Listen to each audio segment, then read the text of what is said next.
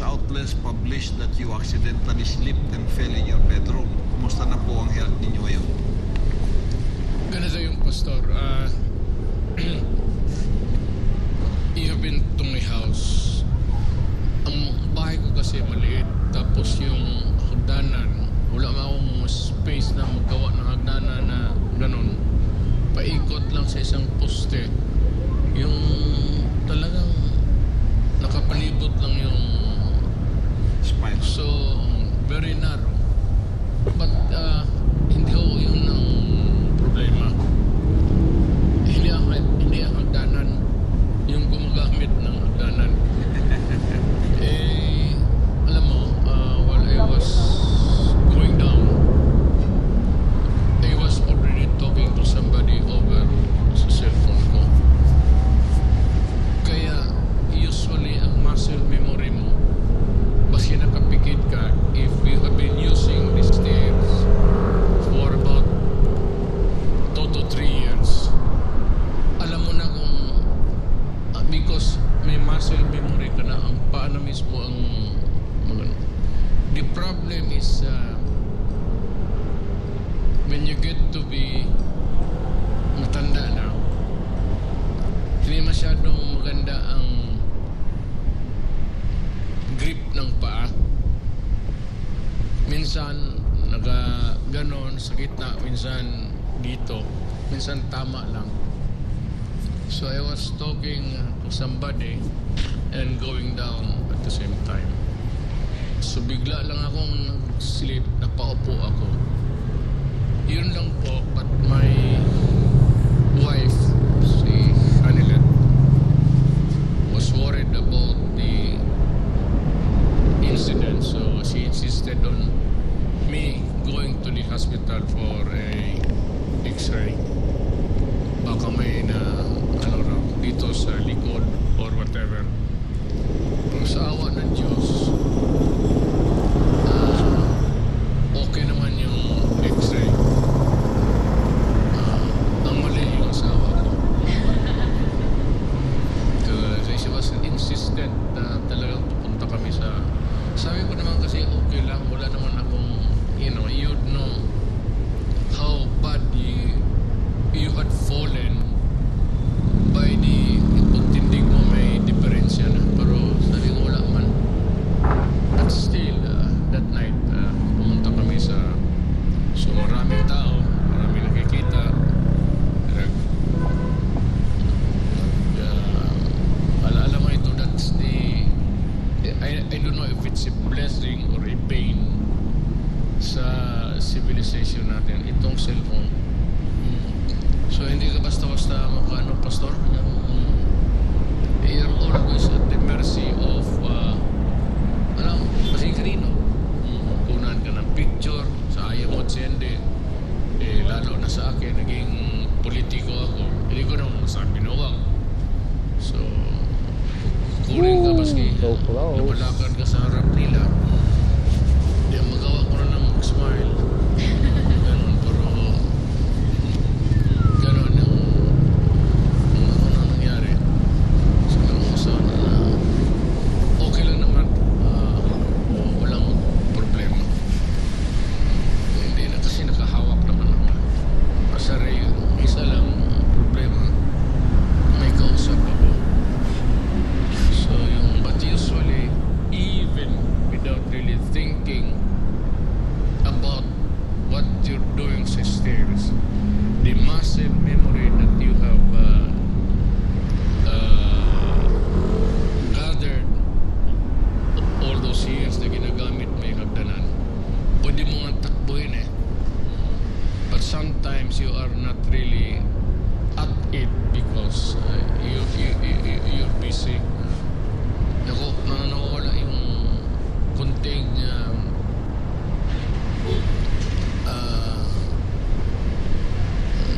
instinct mo sa how you go about. So, pag x-ray, okay naman. Okay na ako. So, salamat po, Mayor, sa okay kayo. Pangalawa, Mayor, ang usap-usapan ngayon ay yung destabilization plot na di umano'y pinamumunuan ng mga retiradong military generals. Meron pong ilang grupo na ikinakabit sa inyo, Mayor, ng planong kudita dahil ICC is coming to town daw po. Ano po ang maging reaksyon nila dito, Mayor? I really do not know how Wow. I was dragged into this. Ang bilis naman. You know, as a former employee of government, I remember talking to some of the retired generals. Ang sinabi ko lang naman doon, among others, which was really the important point in my discussion was, as long as there is no serious issue of corruption, sabi ko, what would bring the government down the drain is pag ang malaman ng tao na ang pera na ilang ginagastos mo para sa sarili mo. That was about what I told the military. And as a former president in the mga retired generals, maybe they have quoted me ng pero sabi ko nga bring it out in the open. When we talk about kudeta or changing government by force, you talk about it openly para walang duda. For example, if there is really a serious issue of corruption, which I think is not present right now, frankly, not because I want to scare somebody or anybody or everyone. Wala akong nakita in the horizon, however short or long, ang tingin ko na would be issues enough to create another turmoil. Pero ang pinaka issue talaga na mabigat pag may corruption sa gobyerno and it's rampant, uncontrolled, and unabet. Yung uncontrolled, walang magkocontrol. Pero as long as there is the sense of at least may ombudsman, taong bayan, or the president himself, he should know. The president should know because he has at his disposal every information that he can use to counter the threats to democracy. So walang problema yan. Marcos should know kung saan yung mga weak points, especially corruption. Doon siya mag-concentrate. Marcos, wala akong masasabi. I would not say that he is corrupt. Pero siya lang, I cannot make any categorical statement of the others. It's not because na meron silang ginagawa. Far from it, actually. Maybe it's I just really do not know. So I would not want to venture any thing. Papasok ako ng discussion because I do not have the wherewithal. Pero from our experience, pati lahat ng bumagsak na the serious issues against the government at that time, kung sila yung mawak ng gobyerno is yung corruption talaga. So yung corruption, Mayor, kung rampant yun, delikado. So yan ang i-control talaga ng presidente. Madali lang na yan, Pastor. Sabihin lang niya, isang salita lang yan. Whether it could be, I'm not trying to attribute anything, pero the usual kasi yung paboritong ano is the customs BIR.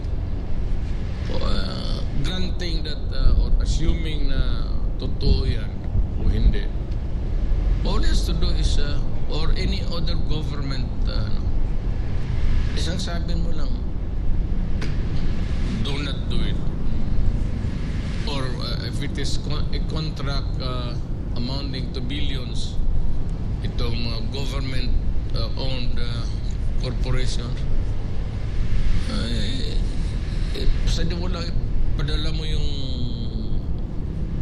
justification mo for approving or disapproving a contract para malaman ko kung madali lang. You only give the legal office, your legal office sa Malacanang, to tell them to give you a synopsis, yung brief lang na ano, isang page lang na gano'n, malaman ang mga abogado, isang tingin lang rin yan eh. So ganun lang yan, wala mang problema.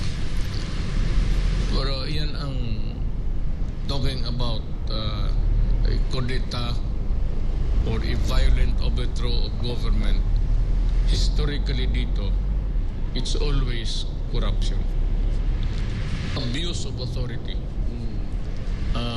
uncontrolled yung mga abuses na hindi talaga na pipigilan. So simple lang yan, isang salita ng presidente yan, maniwala naman lang. And there's always the military, mautusan niya na kindly because upon his orders the military can always intervene. And that's about it.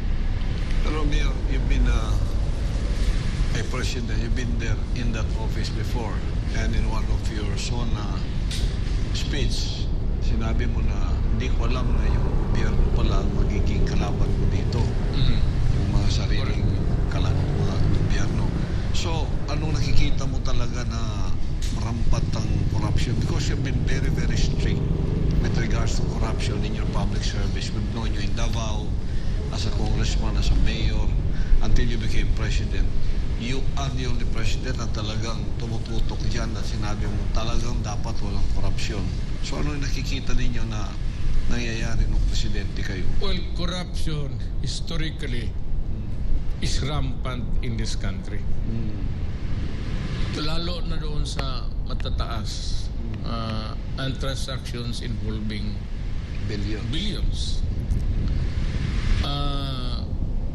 But at that time, I was addressing myself to yung issues at that time na mga questionable transactions and nakikita ko yung mga tao, yung mga nandyan yan sila palagi, they are a permanent fixture dyan sa basing anong klaseng administrasyon.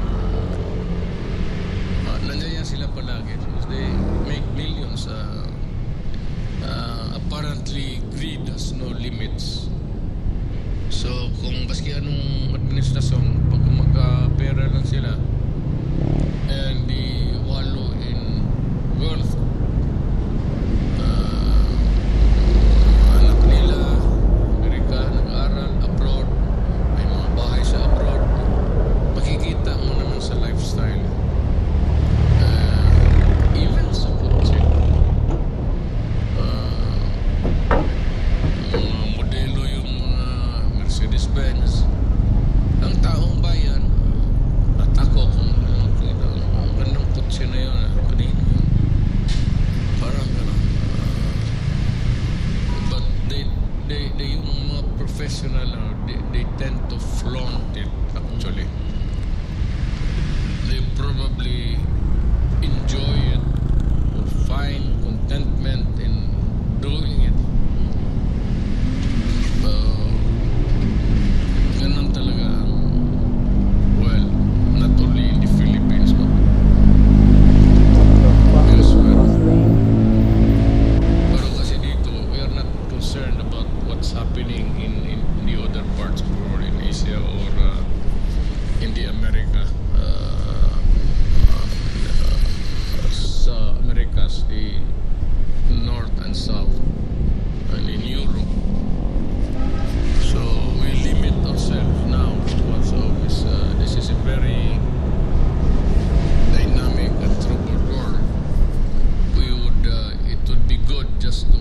stay focused on what ails our country.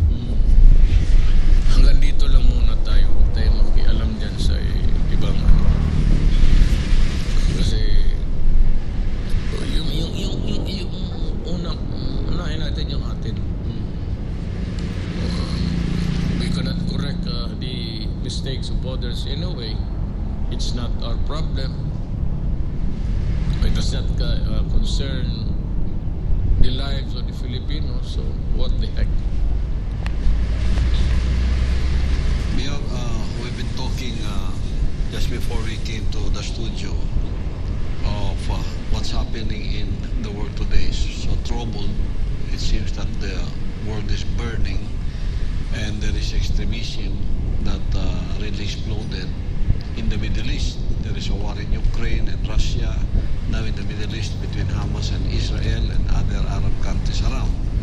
So the very extremist Arab countries, I will not name names, but they are calling for a global jihad.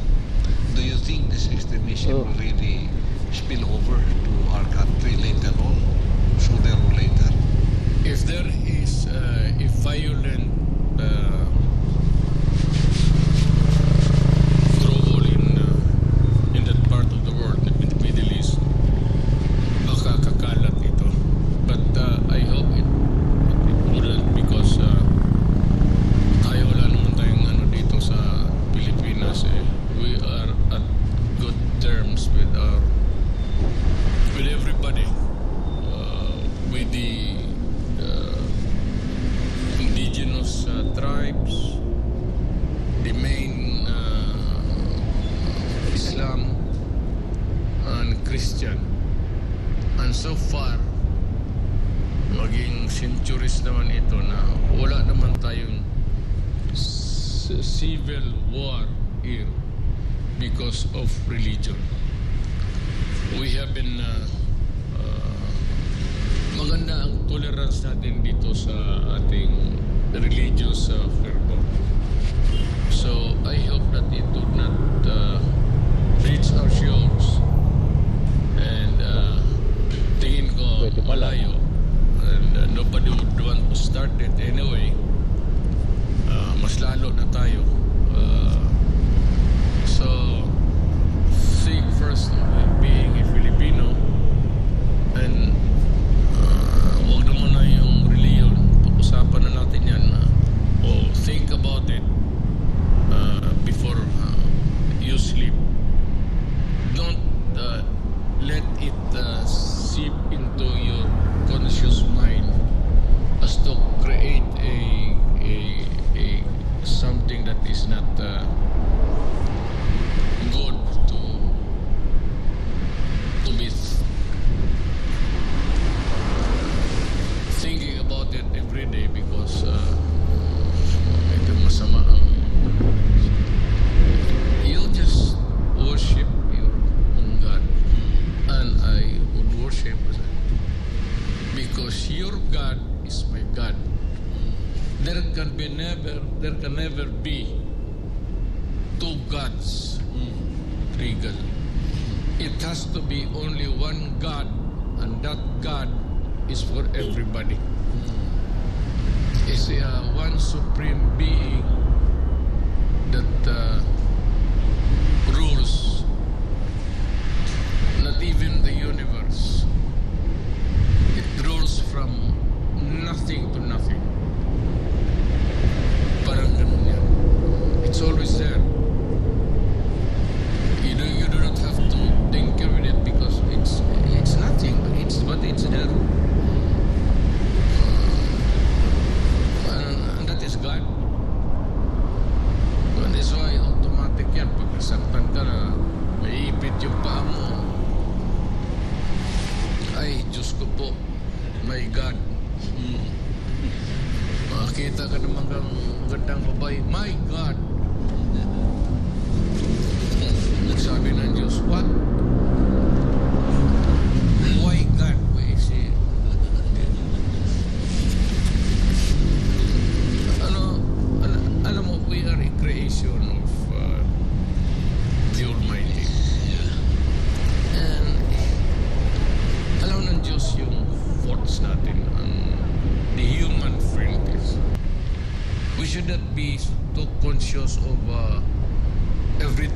we move that we displease God, God knows that you will commit sin after sin, mistake after mistake, in violation of God's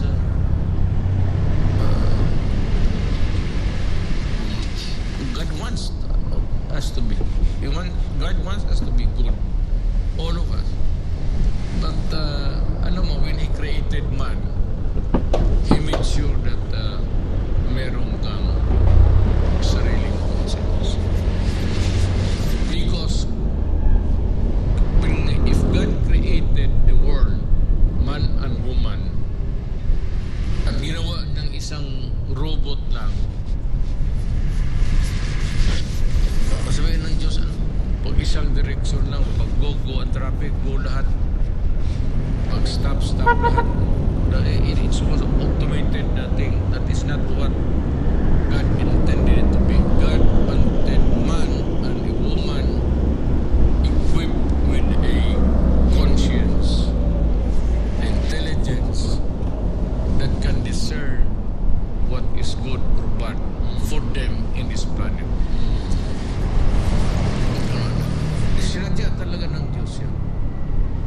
At sabihin mo na God knows everything from beginning to end. So He knows how you would begin and end. Correct.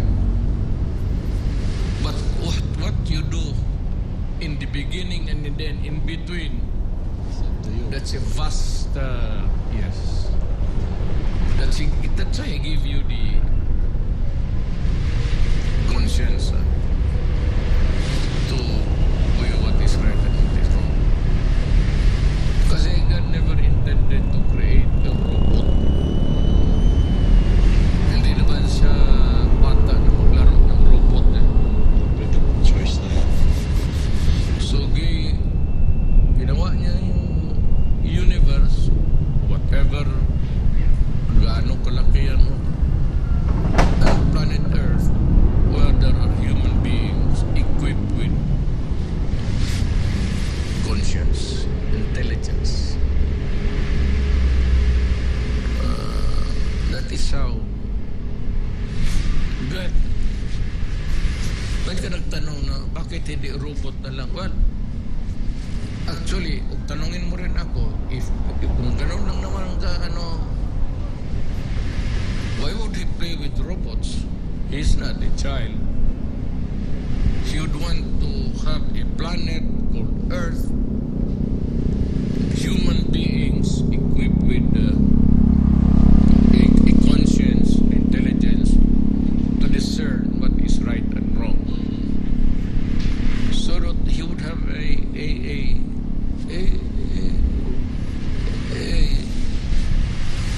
kind of so ito sabihin mo na alam pala ng Diyos na pupunta ako sa impyerno, no? Ang alam ng Diyos, binigyan ka na niyang utak, it is for you to decide. Now, God said that there is a heaven and the hell. Well, I don't know. Wala naman talaga nakapunta doon. But, pag ako ang nauna sa inyo, ite-text ko lang kayo kung ano talaga nangyayari. In the meantime, there is, alam mo, ang tama o mali. Mamili ka lang dyan eh. Sa buhay na ito, tama o mali. Dalawa lang. So, mamili ka, tama o mali. Tama ka, then you please God. Criminal ka, then God is not happy with you. And maybe He will send you to hell.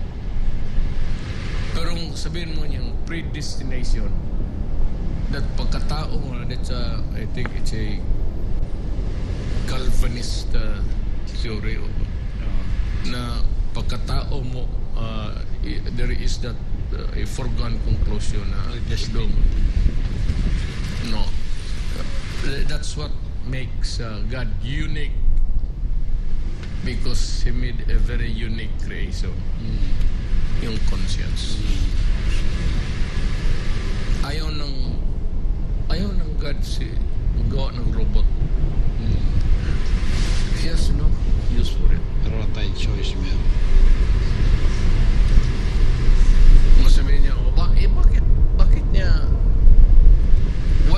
bakit niya create yung paradise si Adam at si Eve? Those are the dynamics which is left better answered kung ilibing na tayo. We can never fathom the mystery of life and death in this. There is no one sure formula of solving that kind of problem. These are the imponderables na hindi mo talaga makuha. You'll go crazy if you just keep on thinking. But prayers and just being good, not really very good, but dito ka lang sa tama. Ano ba kanan ka? Don't go about abusing your fellow men, killing them, just because the irony of it all is all of us, whatever religion, isang lang talaga ang Diyos. We believe in one supreme being that's given. If it's a question of life and religion, given na yan. So, not all issues and questions can be answered by mere mortals kagaya natin. It's something that which you have to strive with prayers, enlightenment, or others would just go about doing evil things. Now, bakit sabi lang, bakong si Diyos siya, bakit nag-create siya ng hell? You know, hell is just a fiction. It's how you live in this life. Even if you have the wealth, even if you have the money and everything, but if you want hell in this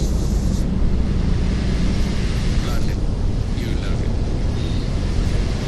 Ikaw naman kung simple ka lang, you till 1 hectare of land and you wait for the produce product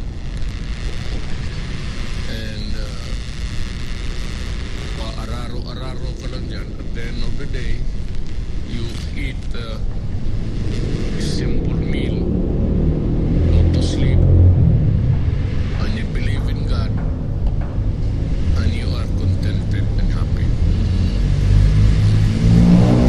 Alam mo, ako bang mag-isip ako sa buhay, I would have preferred na simple lang ako na tao. Maybe sa bukid talaga. Not even owning ilan. Or whatever pabili ka ng ratan dyan o ano. But at the end of the day, kain ka, milya mo, wala namang nightclub doon na. So, it's not a deprivation, but rather, it's something which you find yourself in this world. Now, the question is, bakit hindi ako doon sa kabila? Do not start to be inquisitive to the point of madness. Because you cannot find the answer. Bakit pinatay itong mahusay na tao? Bakit ito minasakir? Look what's happening. Sa labas ngayon, in Lebanon. Mm. Kita mo patay yung mga baby na pina-decapitate. You'd ask, kung may Diyos, bakit niya? Why would He allow these things to happen? So that question mark sometimes leaves you in a great doubt.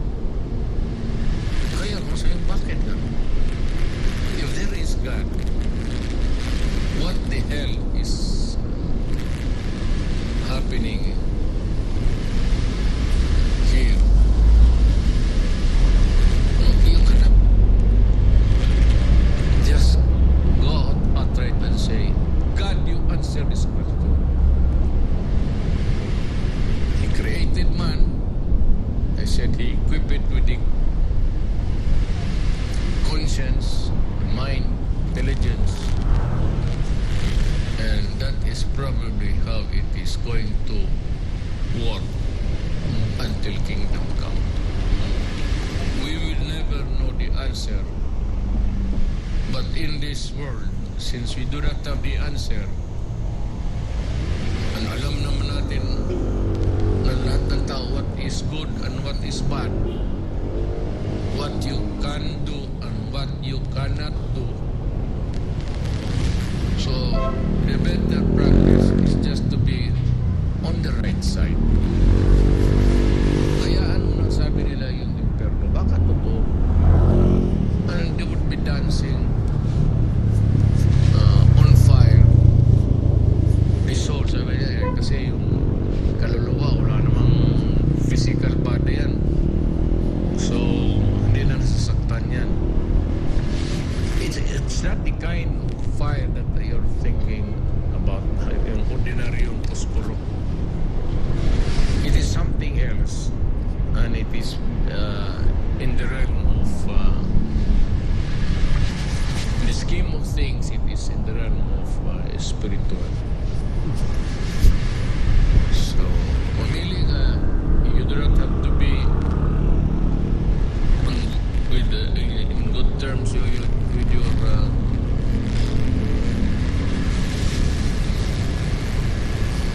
gaya ko ang a product of so many lahat ng ako puro religious ako from Ateneo here punta ako ng Digos Brothers of the Sacred Heart dalawa yan yung girls department iba yun pati yung boys was run by itong Brothers of the Sacred Heart of Canada. Iba yung sa babae. So doon ako dinala na Init. and then I punta ako ng San Beda. Alam mo yun, Yes. nakikinig sa akin lahat ng mga classmate ko, pati lahat ng taga San Beda, pati yung pare. Mayor, I have a follow-up question about this is the 28 days of the Israel-Hamas war, and it is still ongoing very intensely. Israel bombing the headquarters, the enclaves of the Hamas terrorists. What do you think, and when do you think, or where do you think will this end? How will it end in your assessment, Mayor? Alam mo, Pastor, yung the creation, the Diyos, yung tao, they are not really readily accepted by society.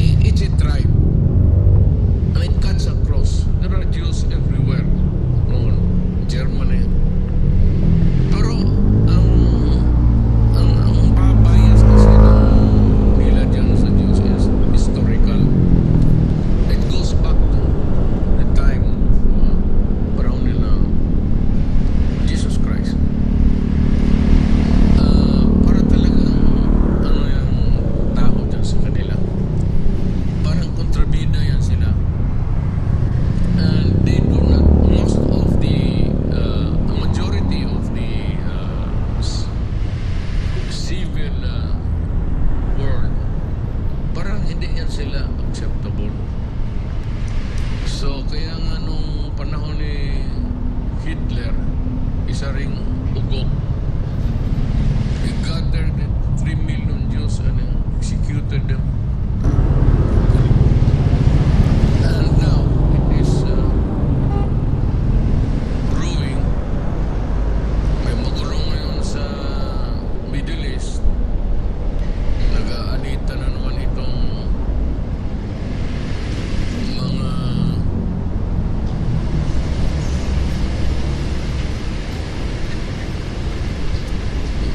those who are on the other side of the camp, yung religion. Usually, ano yan, an issue of religion, Islam, and with the others. So, magulo doon ngayon. There's a fight. There's a raging war. And ang problema kasi nitong Hamas, it's a terrorist organization. I'm very sorry to mention it in passing. Not on purpose. Na itong Hamas kasi is they are sad to say, the Muslims, they've always been fighting dito sa mga Jew. Ever since the state of Israel was crafted dyan sa Middle East, wala yan noon eh. But that was a civil war. Because maraming Jew distributed everywhere. In Russia, mostly in Europe. Wala silang nation. Hindi kagaya ng ibang mga tribo nagkaroon sila ng kanilang nation, state, government. Ang mga Palestinians, nagkaroon sila ng Palestine Authority. Pero ang mga Jews wala. So, para walang gulo, ang ginawa nitong America, France, United Kingdom, at iba pang European powers, they helped create the state of Israel in the Middle East. Kasi ang mga Jews talaga, yun ang lugar nila, yun ang origin nila. Pero wala silang state. Kaya nagre-rebelde sila kung saan-saan.